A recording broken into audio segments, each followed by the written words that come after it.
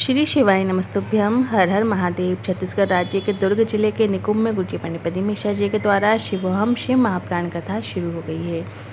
ये 5 दिवसीय शिव महापुराण कथा है जो कि 19 जून से 23 जून तक दोपहर में 1 बजे से 4 बजे तक आज सच में यूट्यूब के माध्यम से देखी जा सकती है। आज 22 जून चौथे दिन की शिव महापुराण कथा पूर्ण हो चुकी है। आज गुरुजी ने ये रोचक जानकारियाँ दी हैं। 5 दीपक प्रदोष का बिल्कुल एक नए उपाय की जानकारी मिली है। दूसरा, शरीर के कष्टों को दूर करने वाला एक नया उपाय। तीसरा, संतान सुख प्राप्ति का प्रदोष का एक विशेष उपाय। चौथा, क्या करने वाले को कभी भूत नहीं लग सकते। इसके बाद गुरुजी ने बताया कि सावन में होगी छत्तीसगढ़ में 2 जगह शिव महापुराण कथा। और फिर टेंशन डिप्रेशन को दूर करने वाले एक बिल्कुल नए उपाय की जानकारी दी है। ये सभी प्रदोष के उपाय हैं जिन्हें आपको 23 जून सोमवार प्रदोष शिवरात्रि की विशेष तिथि में करना है।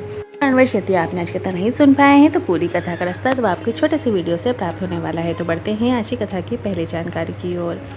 23 जून सोमवार प्रदोष शिवरात्रि का एक विशेष उपाय पहले जान लीजिए। अगर वंश की वृद्धि नहीं है, सारा इलाज करा लिया है, IVF भी करा लिया है, तब भी संतान सुख नहीं है तो दोनों पति पत्नी को प्रदोष का व्रत रखना है और शाम के समय प्रदोष काल में एक दीपक तैयार करना है जिसमें 2 गोल बाती को मिलाकर एक बाती तैयार कर लेना है और इस दीपक को प्रज्वलित करना है। दीपक आपको भोलेनाथ की शिवलिंग के सामने आपको प्रज्वलित करना है। आप चाहो तो शाम के समय प्रदोष काल के समय शिव मंदिर जो पास में है वहाँ पर भी जाके प्रज्वलित कर सकते हैं। यदि किसी कारणवश आप मंदिर नहीं जा पाएंगे तो आप जो घर में शिवलिंग विराजमान है, आपने जहाँ पे शिवलिंग विराजमान की है, रोज़ आप अभिषेक करते हैं, पूजा करते हैं, वहीं उन्हीं के सामने प्रदोष काल के समय आप ये दीपक प्रज्वलित कर सकते हैं। बस आपको गोल 2 बाती को मिलाकर एक बाती तैयार करके घी की बाती दोनों पति पत्नी को साथ में मिलकर ये दीपक प्रज्वलित करना है। इस तरीके से इस उपाय को कीजिएगा, संतान सुख होकर रहेगा।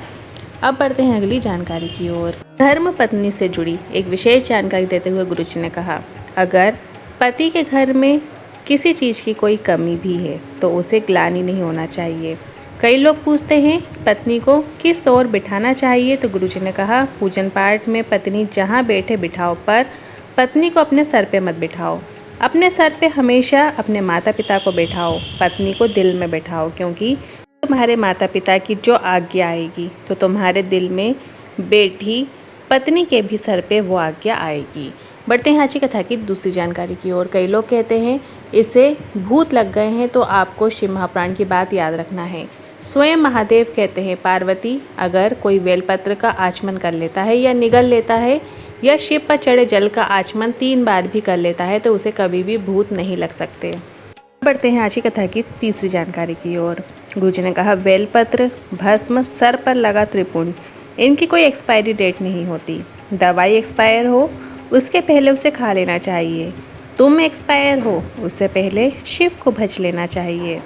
अब बढ़ते हैं 23 जून सोमवार प्रदोष शिवरात्रि के दूसरे उपाय की ओर। अगर शरीर में बहुत कष्ट हो रहा है, दर्द हो रहा है, शरीर में बहुत तकलीफ हो रही है तो आपको ये उपाय अवश्य करना है। ये उपाय आप कभी भी किसी भी दिन कर सकते हैं। 3 स्थान में पहला स्थान है माता पार्वती के हस्तकमल पे अपने सीधे हाथ का स्पर्श करना है। स्पर्श करते हुए श्री शिवाय नमस्तुभ्यम या नमः शिवाय या ओम नमः शिवाय मंत्र का जाप करना है। इसके बाद दूसरा स्थान जहाँ पानी जहाँ से नीचे की ओर गिरता है, मतलब जो जलाधारी में पानी नीचे की ओर गिरता है, उस स्थान पर अपने हाथ का स्पर्श करना है। स्पर्श करते हुए श्री शिवाय नमस्तुभ्यम या नमः शिवाय या ओम नमः शिवाय मंत्र का जाप करें। इसके बाद गुरुजी ने तीसरा स्थान बताया है कि शिवलिंग में किसी भी स्थान पर अपनी हथेली का स्पर्श, यहाँ हम उंगलियों की स्पर्श की बात नहीं कर रहे हैं, हम हथेली के स्पर्श की बात कर रहे हैं। हथेली का स्पर्श करते हुए श्री शिवाय नमस्तुभ्यम या नमः शिवाय या ओम नमः शिवाय मंत्र का जाप जरूर करें।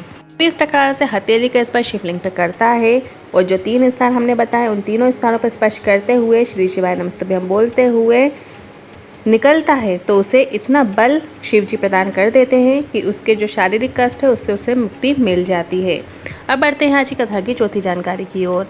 यदि बहुत टेंशन में हो, डिप्रेशन में हो तो एक प्रयास करना है, शंकर भगवान के मंदिर में जाना है। अगर जलाधारी से जल नीचे गिर रहा है तो उसे अपनी हथेली में ले लेना है और यदि जलाधारी से जल नहीं गिर रहा है तो जल चढ़ाकर अपने हथेली में ले लेना है। अपनी आँखों को बंद करना है और उसे अपने मस्तक पे फेर लेना है और कम से कम 3 बार ओम का नाद करना है, मतलब ओम बोलना है।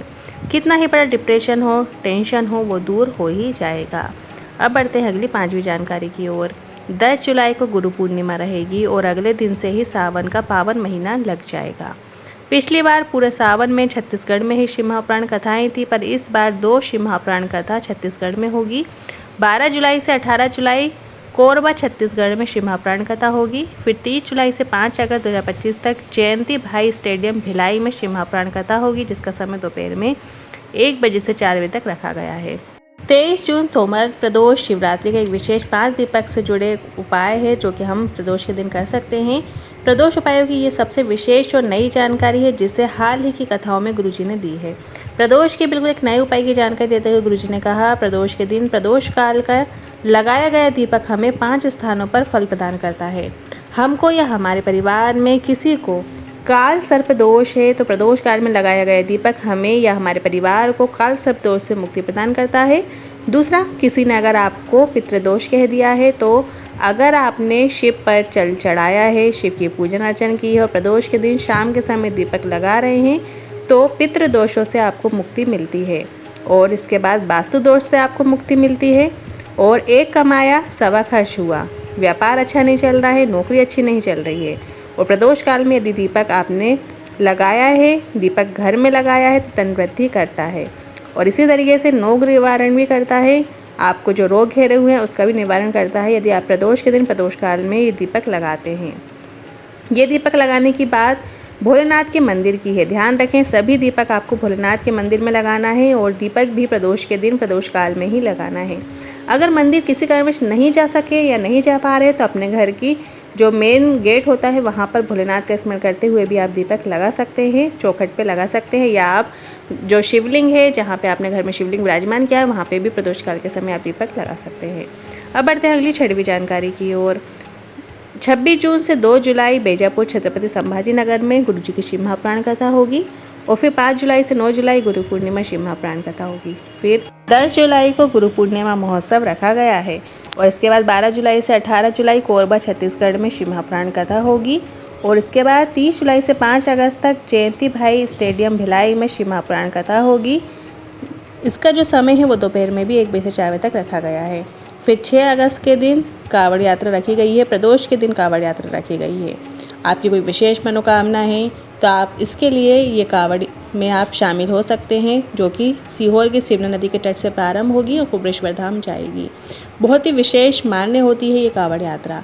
यदि आपका बहुत समय से कोई काम अटका हुआ है या कोई अंदर मनोकामना है जो आपकी पूरी नहीं हो रही है, संतान से लेकर नौकरी से लेकर किसी भी चीज़ को लेकर, तो आप एक बार ये सीहोर की कावड़ में ज़रूर शामिल होइएगा। आपको बाबा क्या प्रदान करेगा आप नहीं जानते।